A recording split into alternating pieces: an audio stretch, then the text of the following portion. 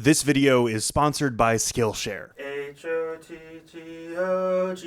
In case you've been living under a pink rock with a lot of makeup caked onto it for all of 2024, Chappell Roan is one of the biggest musicians in the world. 26-year-old Kaylee Rose Amstutz from Willard, Missouri started gaining success after posting singing covers to YouTube in high school, following an EP called School Nights released by Atlantic in 2017, where most of the songs were kind of like, she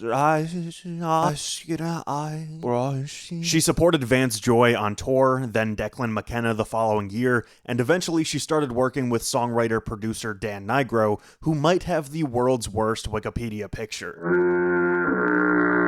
Dan Nigro, who you might know from his work with Caroline Polachek and Olivia Rodrigo, helped Chappell Roan further shape her musical identity, crafting the single Pink Pony Club in the process. While that song was a big step up in quality, she still wasn't selling enough records. Atlantic dropped her in 2020, then her boyfriend of 4 years broke up with her the same week, yikes, and she had to move back home to Missouri and sell coffee at a drive-thru. Luckily, she persisted and kept working independently, got back to LA and was working with Dan Nigro again, and in 2023 she released The Rise and Fall of a Midwest Princess through UMG subsidiary Island Records. One interesting thing for talking about her career is that this album was not an overnight success. The album came out in fall of 2023, she joined Olivia Rodrigo on the Guts tour, the music videos started blowing up, TikTok sounds and dances, and eventually she started becoming the go-to performance to see at whatever festival she was playing. By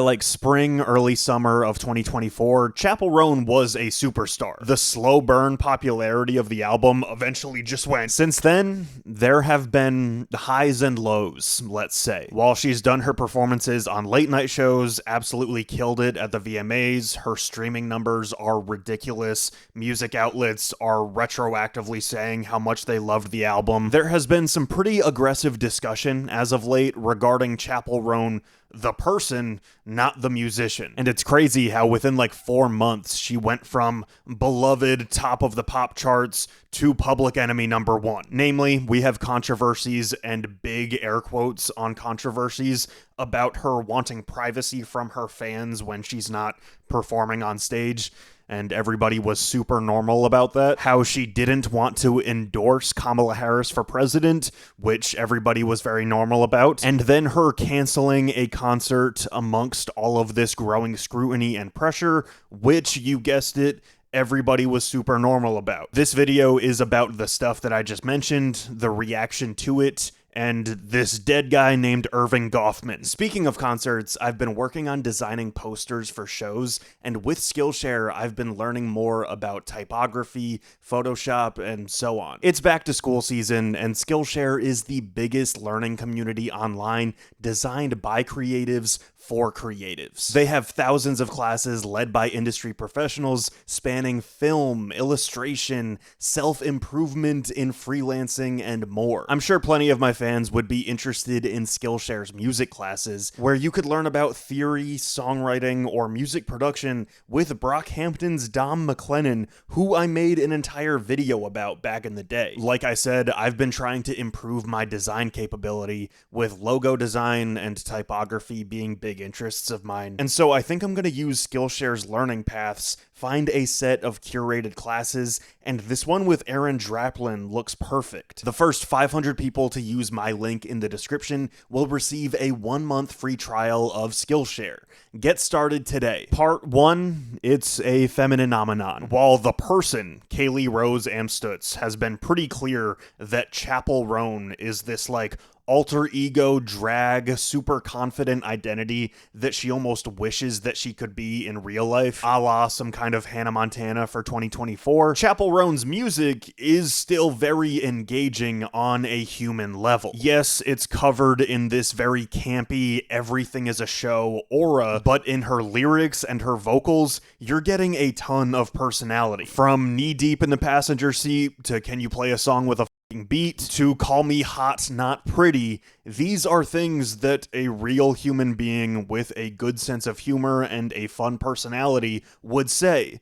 not like a corporately made pop star. So the first question is, what happens when you feel even more of a connection to your new favorite singer than you typically do? Like, that's my good friend Chappell Roan over there. But she refuses to play the traditional fame game. Part 2, being a super graphic, ultra modern girl. The dead guy that I mentioned, Erving Goffman, was a sociologist that wrote a book that I read in college that has always kind of stayed with me. In the presentation of self in everyday life, Goffman delves into the concept that all social interaction is like theater. We as human beings have our front stage and our backstage. In the front of the stage, when we're around other people, we choose what costumes we're gonna wear, what props to bring, and we are performing. Whether we think we're doing it or not, everything we say or do is trying to control the impressions that everybody else has of us. When we're in the backstage area of life and completely alone,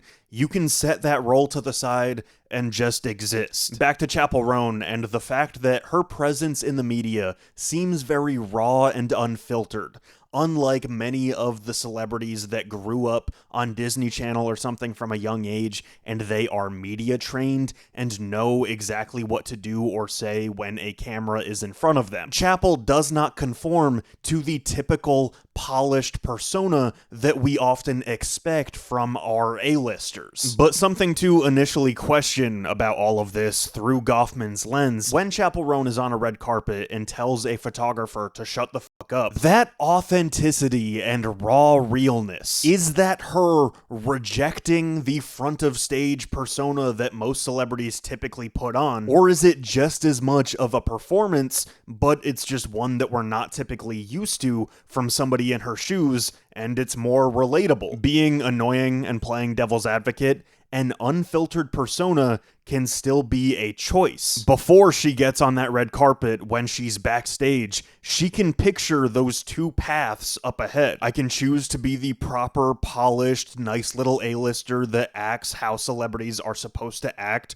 or I can tell the photographer to shut the fuck up if he's being annoying. The latter is definitely more down to earth, but from the perspective of life being theater, both of them are choices. Potential roles to play to affect the way that people think about you. Part 3, casual or not casual. Another key point in the growing conversation around Chappell Roan is her insistence on privacy when she's not on stage performing. When I'm not up there singing the songs, I'm not Chappell Roan. Leave me alone. Let me eat my meal at a restaurant. Don't bother me when I'm with my family or friends. Please let me live. Especially in the age of social media, fans expect ongoing access to the lives of celebrities that they helped make celebrities. I listen to your music. I bought a ticket to the show. What do you mean I can't find out where your parents live and go to their house? I don't think that it would be a hot take to say that celebrities are expected to be on at all times and maintain a front of stage persona even when they are in more backstage personal spaces. If everyday life is a performance, then being a celebrity is like the front of stage for the front of stage. Their backstage is probably still in the line of sight of most fans. Chappell Roan is just trying to make that balance a little bit better in her favor. She wants a similar, if not the same level of backstage private time that everyday people are afforded, and I think she fully deserves that, in my opinion. What's fascinating here is the conflict in her communication in setting those boundaries. Some celebrities are able to keep an air of mystery around them and stay out of the public eye seemingly all the time when they're not actively performing or promoting whatever they just made. Specifically names like Frank Ocean, Joaquin Phoenix, Daniel Day-Lewis, and Kendrick Lamar. These are some of the top artists in their respective fields,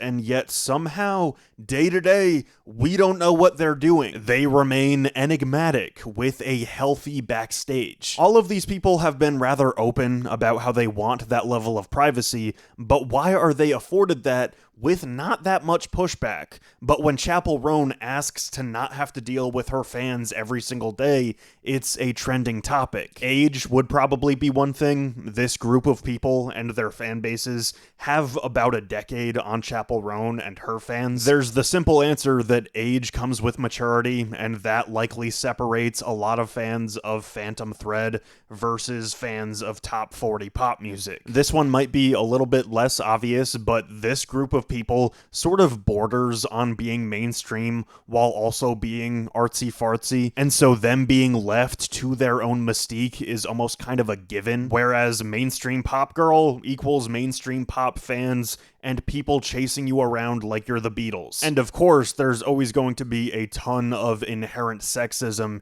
in the way that the media portrays women, especially young women. Frank Ocean can say, "Leave me alone, no pictures," and it's aloof and admirable, but Chappell Roan can say the same thing, and it's overly emotional. Calm down, you're being hysterical right now. Part 4. Hot to go, cancel another concert. Listen, I empathize with the concert goers that bought tickets to All Things Go, and they wanted to see Chappell Roan, but then that was taken away from them. She pulled out of that festival due to the ongoing stressors in her life, and some people bought plane tickets and traveled far distances and spent a ton of money on all this stuff, and then they had to settle for seeing a lot of really talented musicians in concert. I'm kidding, it does suck for the people that felt like they wasted their money. However, my conclusion in all of this is that Chappell Roan was absolutely right in canceling. Both things can be true. The fans can be mad, and deservedly so, but Chappell Roan is not a horrible person